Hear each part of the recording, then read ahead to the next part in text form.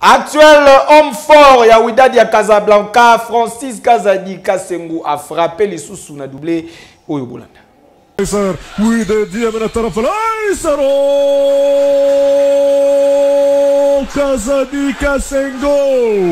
Kazadi Kasengu. Désigné homme du match lors de la dernière confrontation na bango contre formation marocaine ya OC Safi, l'international congolais Francis Kazadi Kasengu dit Zadio Magique a offert une fois de plus victoire na club naye Wydad Athletic Club ya Casablanca en inscrivant joli doublé. OC Safi Nde Bazalaki premier ya retrouvé chemin ya filé na 32e minute de jeu.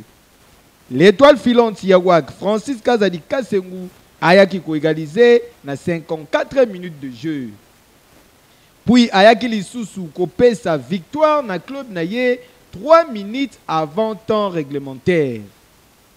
Grâce à victoire Oyo, Wydad de Casablanca a commis en tête ya classement avec 29 points après 13 journées, suivi na Renaissance Berkane avec 28 points pour le même nombre de matchs joués.